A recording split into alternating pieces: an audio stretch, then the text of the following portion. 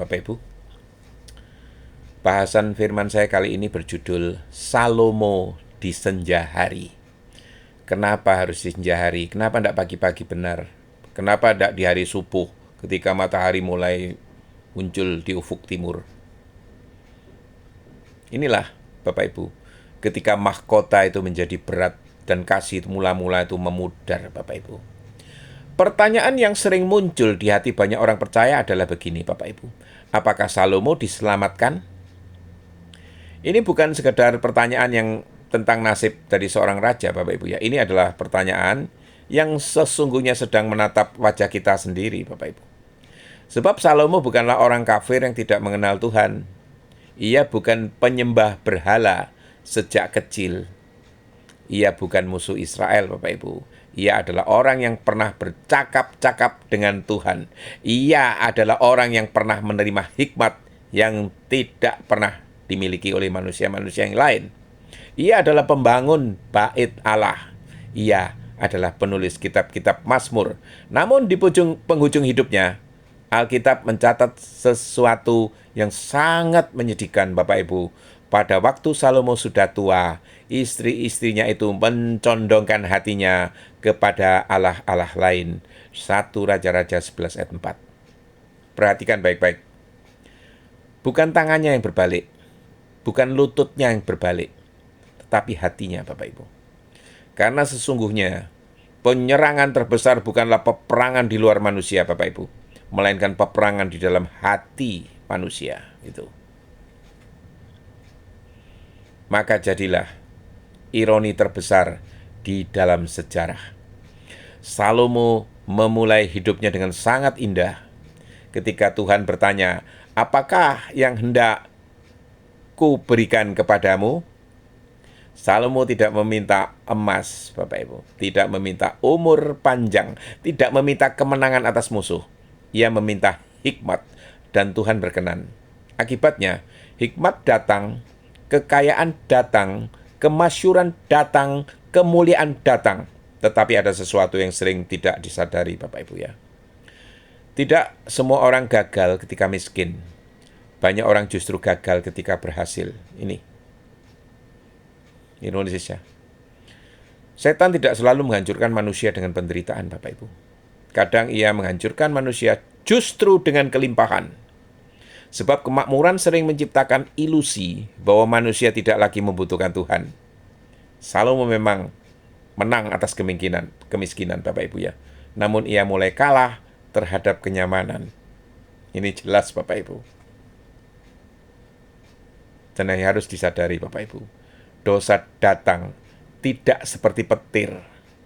Dosa jarang datang seperti ledakan Bapak Ibu. Ia datang seperti lumut, pelan, diam, hampir tak terlihat. Salomo tidak bangun suatu pagi lalu berkata, aku mau meninggalkan Tuhan. Tidak Bapak Ibu. Kejatuhannya terjadi sedikit demi sedikit. 1 istri, lalu 2, lalu 10, lalu 100, lalu 700, lalu 300 gundik tambah. Sampai akhirnya hatinya terbagi. Apa pelajarannya dalam hal ini? Hati yang tidak dijaga hari ini akan menjadi benteng musuh esok hari. Iblis tidak selalu meminta seluruh hidup kita. Ia hanya meminta satu celah kecil, dan celah kecil itu akhirnya menjadi gerbang besar, Bapak Ibu. Apakah Kak Salomo kehilangan keselamatannya? Ini pertanyaan yang esensial, Bapak Ibu. Ini bagian yang paling sulit justru. Alkitab tidak pernah secara eksplisit mengatakan Salomo masuk surga.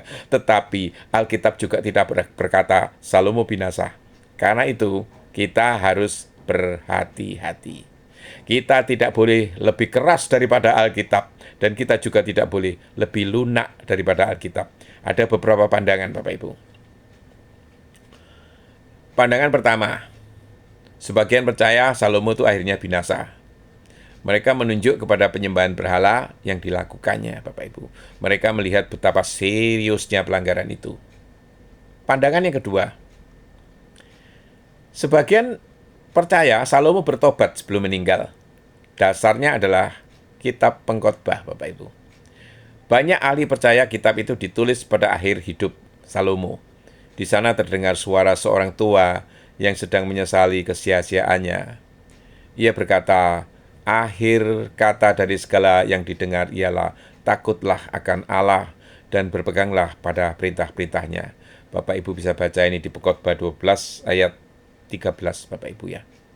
Kalimat ini terdengar seperti tangisan seorang raja yang telah mengelilingi dunia, namun akhirnya kembali ke titik awal, yaitu takut akan Tuhan itu.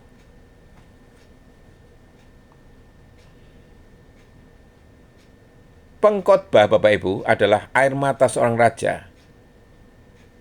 Bayangkan, Salomo duduk sendirian, rambutnya memutih, tangannya mulai gemetar, Bapak Ibu. Istananya masih megah, emasnya masih berkilau, namun hatinya berkata, semuanya sia-sia. Ia pernah memiliki kekuasaan yang terbesar, kekayaan yang terbesar, dan hikmat yang terbesar, dan terbesar-terbesar lainnya. Tetapi semuanya tidak mampu mengisi kekosongan jiwa. Lalu lahirlah kalimat yang mengguncang sejarah, kesia-siaan belaka, segala sesuatu adalah sia-sia. Ini bukan suara seorang miskin, Bapak Ibu. Ini adalah suara orang yang memiliki segalanya dan menemukan bahwa tanpa Tuhan semuanya kosong. Itu. Jika Salomo bertobat, maka anugerahnya sungguh besar loh ini. Andai kata Salomo benar-benar bertobat di sepanjang hidupnya, maka kisahnya menjadi monumen terbesar tentang kasih karunia, Bapak Ibu. Karena itu berarti Daud jatuh namun dipulihkan. Petrus menjadi sadar karena Tuhan penuh belas kasihan. Anugerah bukan izin untuk berdosa, tetapi anugerah adalah tangan Bapa yang masih mencari anak yang tersesat. Tuh. Namun Bapak Ibu, jangan menunggu senja untuk bertobat. Itu ada pelajaran yang jauh lebih penting. Jangan berkata, kalau Salomo bisa bertobat di akhir hidup, aku juga bisa nanti. Tidak ada seorang pun yang dijamin memiliki kesempatan itu, Bapak Ibu. Banyak orang merencanakan pertobatan di masa depan, namun maut tidak pernah membuat janji, Bapak Ibu. Hari ini adalah hari keselamatan itu. Sekarang adalah waktu yang diperkenankan. Jangan menunggu senja, karena tidak semua orang sampai kepada senja itu. Maka ada sebuah nubuat untuk gereja di akhir zaman ini.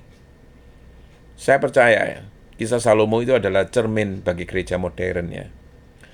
Kita hidup di zaman yang penuh dengan pengetahuan, teknologi, kemakmuran, kenyamanan, popularitas ya. Persis seperti Raja Salomo.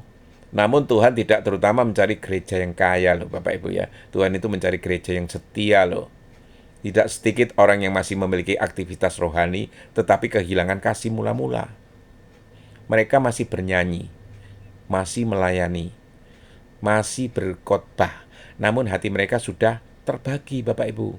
Dan Tuhan berkata kepada jemaat Efesus, engkau telah meninggalkan kasihmu yang semula. Musuh terbesar gereja bukanlah penganiayaan, Bapak Ibu, melainkan hati yang perlahan menjauh itu loh. Maka akhir pasti lebih penting daripada awal, Bapak Ibu. Salomo mengajarkan sesuatu yang sangat menggetarkan ini. Memulai dengan baik itu tidak menjamin mengakhiri dengan baik. Yudas memulai bersama Yesus, berakhir di dalam kehancuran. Petrus sampai jatuh, tetapi berakhir di dalam kemuliaan. Salomo mengingatkan kita bahwa mahkota terbesar yang harus dijaga bukanlah mahkota di kepala, melainkan hadirat Tuhan di hati itu. Apa Salomo diselamatkan? Alkitab tidak memberi jawaban mutlak, Bapak Ibu. Kemungkinan besar kitab Pengkhotbah menunjukkan seorang Salomo yang telah sadar, hancur dan kembali kepada takut akan Tuhan. Namun mungkin Tuhan sengaja tidak memberikan jawaban pasti, supaya perhatian kita tidak terfokus pada akhir Salomo, Bapak Ibu. Namun mungkin Tuhan sengaja tidak memberikan jawaban pasti itu, pasti ya, melainkan pada akhir hidup kita sendiri itu, Bapak Ibu. Sebab pada akhirnya pertanyaan yang akan menentukan kekekalan bukanlah apakah Salomo diselamatkan, bukan Bapak Ibu, melainkan apakah aku tetap setia sampai garis akhir. Dan kiranya ketika senja kehidupan kita tiba, kita dapat berkata seperti Paulus, "Aku telah mengakhiri pertandingan yang baik. Aku telah mencapai garis akhir, dan aku telah memelihara iman." 2 Timotius 4 ayat 7. Amin.